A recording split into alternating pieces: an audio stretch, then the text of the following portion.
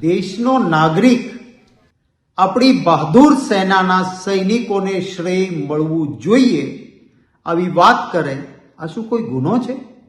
Gujarat police ભૂતકાળમાં પણ રાજકીય સરકારના ઈશારે ખોટા કેસો કરી અને એમાં સુપ્રીમ કોર્ટની લપડા ખાઈ ચૂકી છે.